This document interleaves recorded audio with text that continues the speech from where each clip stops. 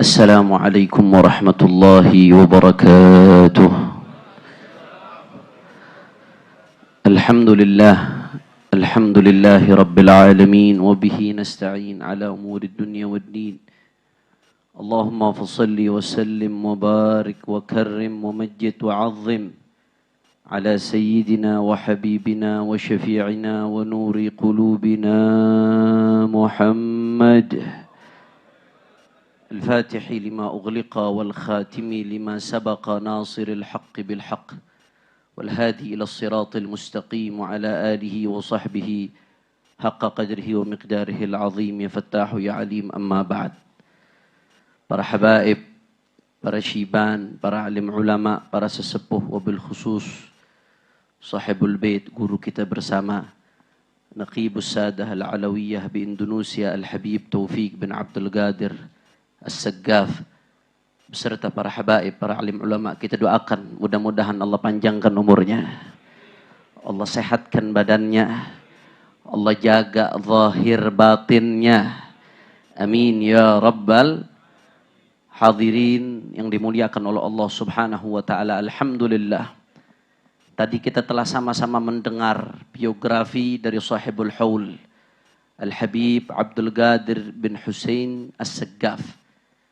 Yang kita dapatkan dari biografi beliau tadi tidak lain dan tidak bukan, beliau merupakan hamba Allah yang betul-betul menjalankan fungsinya sebagai hamba Allah subhanahu wa ta'ala.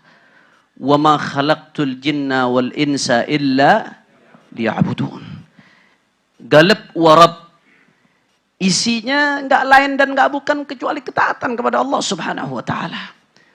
Bahkan enggak hanya itu ibadallah, beliau tidak hanya ingin ketaatannya dilakukan sendiri, tapi dijalankan risalah datuknya untuk mengajak hamba-hamba Allah kepada Allah subhanahu wa ta'ala.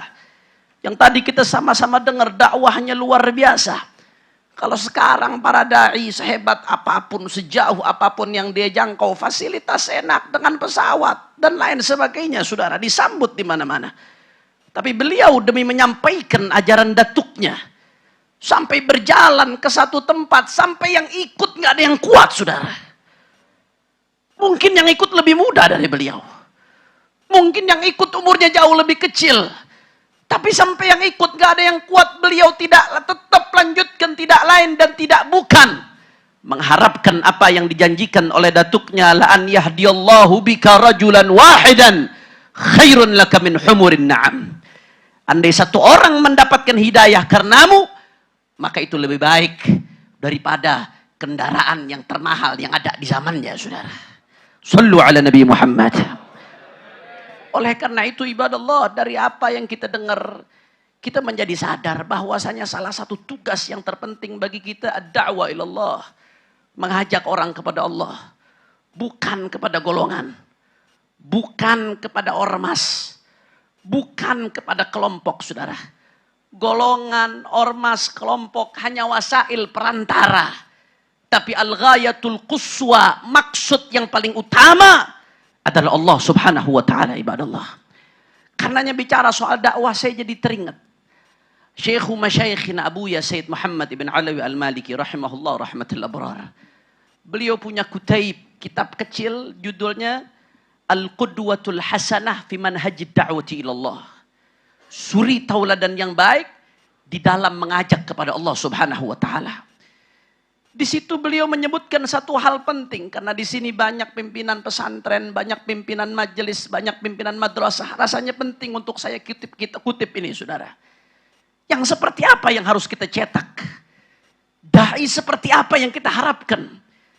Kata Abuya Sayyid Muhammad ibn Alawi Al-Maliki, wa min jumlati asbabi tahiyati da'wati ilallah at-tarbiyatul amaliyatu li ikhrajil alimid da'i al-ghayur li'anna al-ilma bila ghairah jamidun la syu'ura fihi wala ihsas kama anna al-ghairata wahdaha la tasluh lirriyadati wal qiyadati wal irsyad fala yanbaghi an naqa'a fi dhalik fanadhi' baina alimin bila ghairatin wala ihtimamin li hurumatil muslimin au jahilin mutahammisin la ilma indahu yudillul muslimin rahimahullahu taala rahmatul abrar.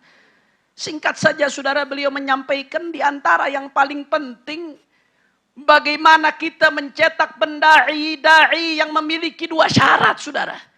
Dakwah di sini maknanya luas, nggak harus ceramah di atas mimbar.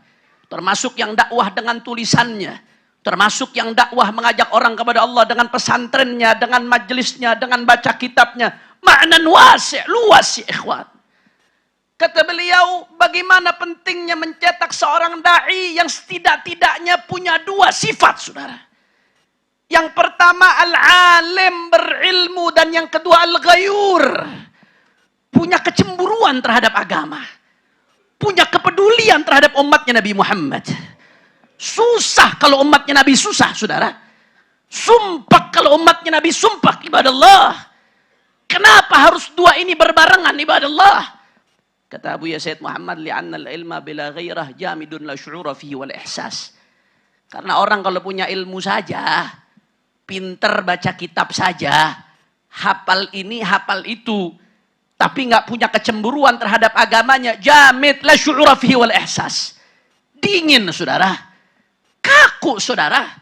Nggak ada kepekaan terhadap urusan agamanya. Lihat orang sekitarnya susah, nggak peduli. Lihat orang sekitarnya jauh dari Allah, nggak peduli, saudara. Lihat agamanya diinjak-injak, dakwah berantakan, nggak peduli. Yang penting saya nyaman. Yang penting majelis saya nyaman. Yang penting kelompok saya nyaman. Nggak peduli apapun yang terjadi, saudara. Jamitlah syu'ur, nggak ada perasaan. Wala ihsas, tidak ada kepekaan, ibadallah. Dan yang bahaya kalau sampai seperti ini, saudara punya ilmu tapi nggak punya kecemburuan sebagaimana Rasulullah dan para sahabat serta salafun saleh. Saudara, akhirnya apa yang terjadi? Menjadi ulama su, ulama yang hanya jualan dengan agamanya. Ujung-ujungnya jadi rampok. Na'udzubillah min dzalik, ibadallah. Tapi sebaliknya, kama annal ghairata wahdaha la tasluh lirriyadati wal qiyadati wal irsyad. Sebaliknya, kalau modal semangat saja, modal menggebu-gebu saja, apa yang dia mau berikan kalau nggak ada ilmunya, saudara? Keberanian tanpa ilmu jadinya tahawur, saudara. Berani tapi nggak pakai ilmu, nggak terukur, ngawur jadinya. Yufsid akthar mimma yuslih. Lebih banyak merusak daripada memperbaiki, ibadallah. La tasluh lil qiyadati wal riyadati wal irsyad. Faqidu syai' la yu'tih. Orang yang nggak punya, dia nggak punya ilmu, bagaimana mau ngajak umat? Mau ngajak kemana kalau nggak ngajak kepada syariatnya baginda Nabi Muhammad sallallahu alaihi wa ala alihi wa sahbihi wasallam. Oleh karena itu, ibadallah, bagaimana caranya? Yuk sama-sama kita tanamkan di hati anak-anak kita, di hati santri-santri kita, di hati jamaah-jamaah kita, bagaimana dia mengenal syariatnya Nabi Muhammad.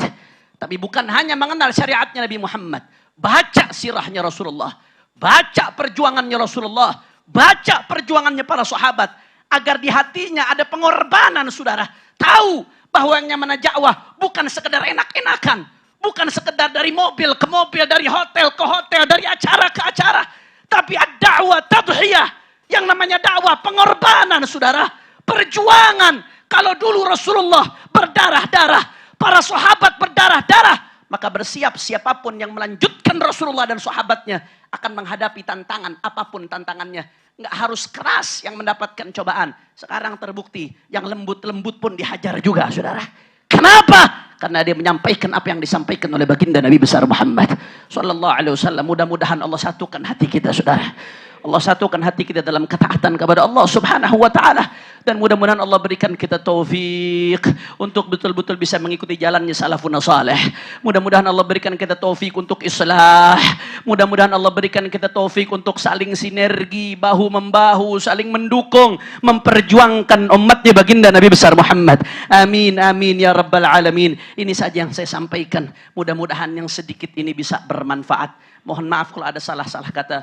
Ma qumtu illa imtithalan lil amr wal timasan lin nadhrah wad du'a wal afu minkum. Wassalamu alaikum warahmatullahi wabarakatuh.